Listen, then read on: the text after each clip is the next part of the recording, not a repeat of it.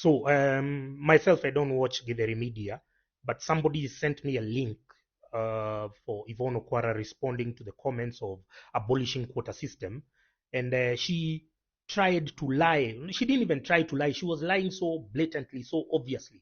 She was responding to Gatondo South MP GG Kagombe's statements, which he took from me, which he plagiarized from me.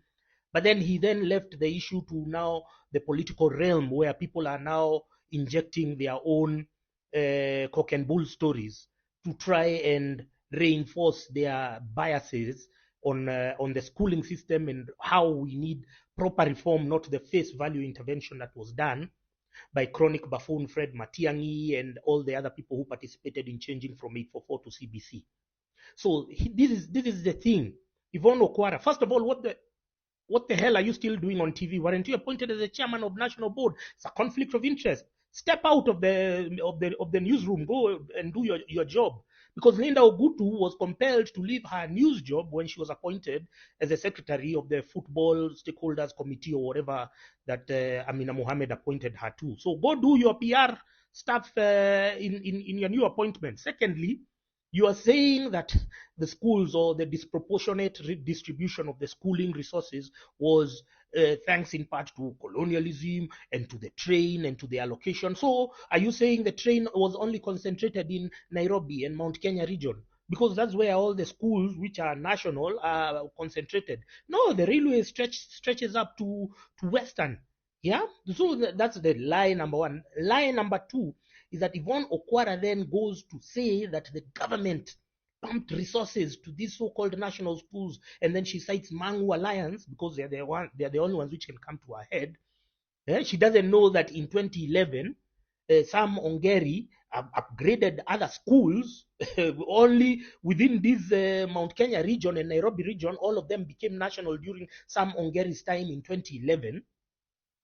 Because she's still on the Mangu Alliance historical context. No. The government has never built any school. The government of Kenya has never built you show me where the government has allocated money to build schools.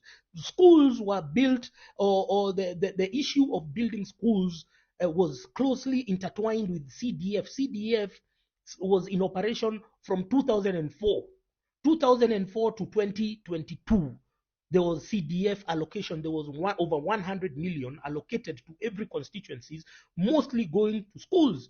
Now, Mohammed Jichopevu, Mohammed Ali of Jichopevu, your fellow journalist, has built 6 schools within one parliamentary term. Between 2017 and 2022, Moha Jichopevu has built 6 schools. Now, another MPG somewhere is just there wanking in parliament and farting, has not built a single school, he's just politicking, he's always in the TV. Now, why would you want to make those Nyali schools benefit other constituencies or other students from other constituencies, yet they've been receiving the same allocation? So the Supreme Court declared CDF unconstitutional. I know the money has not been disbursed, but because of what? Because of devolution. So how does the governor of Mandera, Ali Roba, then give a big dummy check? He has a big dummy check, and then he allocates 350 million for bursaries for students to be educated in other counties, yet he has not built a single school. Does that make sense to you? That 350 can build 10 schools. 10 schools. We've done the budgeting. It can build actually 35 schools because a fully equipped school, the cost of production of construction is 10 million. So that's 35 schools in one financial year. So don't mislead people that schools were built. No, the churches were there because the churches had to, where they were colonizing and where they were taking people's land, the trade-off was they built schools and hospitals. That's why there's a mission school, mission hospital, Kijabe mission hospital, and whatever. But they took the land. Other places, people still have the land. Now, the land, what do they do? Like now you go to Narok. I had you mentioning Narok. Narok can give Uhuru, Narok community, they give Uhuru 500 acres or 1,000 acres for free. But they cannot give an investor of education. They can get, there are so many investors in the educational sector. They cannot give them. They know how to give hotels. They know how to give these lodges, these high-end lodges, tented camps and whatever. They can allocate land, they can give them or they can lease to them, but they don't want to get an educational investor. No, now we are saying you guys have the land. As our land was appropriated, yeah, we were given schools in return because the white man, because the colonialists, the Muzungus, took our land forcefully. But in the trade-off to hoodwink our forefathers were idiots in their own way. They were hoodwinked with religion, and then they were given these handouts, schools. So so these are people who stole our land, tracts and tracts of the land.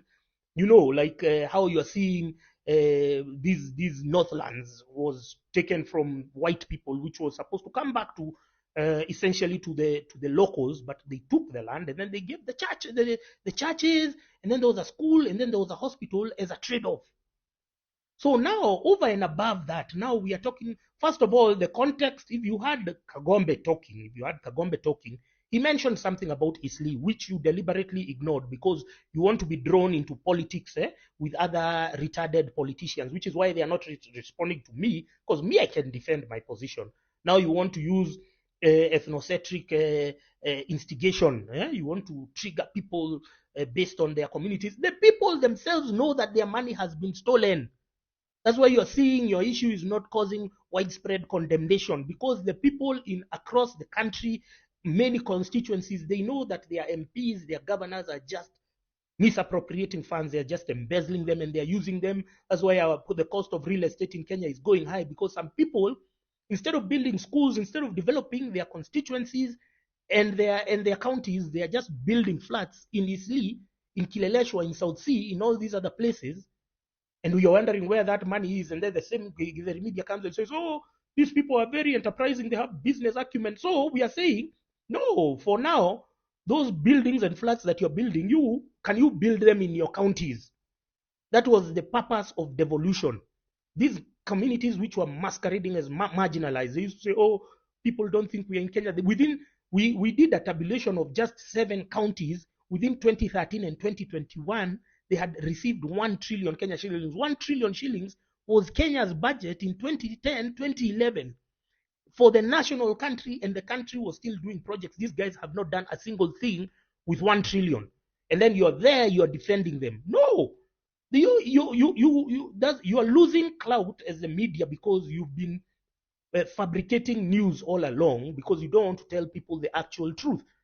Why are you berating this motion, this bill, or this idea, yet you're not using the same energy to condemn corruption?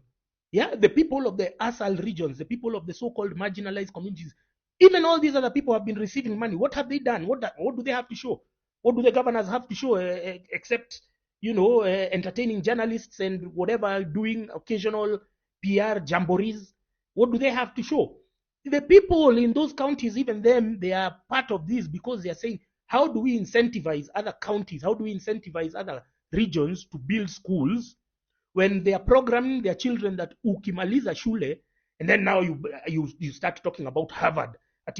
Harvard is a prestigious school. It is in Boston, Massachusetts, and it has no. This is not. We are not talking about university. We are talking about high school. Do you see students from Miami going to high school in New York? Since you've decided to cite America, because you people want to talk about America with a selective context. So have you ever seen somebody leaving Chicago going to school to Florida? No, people study within their regions. And stop defining regions as tribe. Anyone can be born somewhere. Nairobi is for everyone.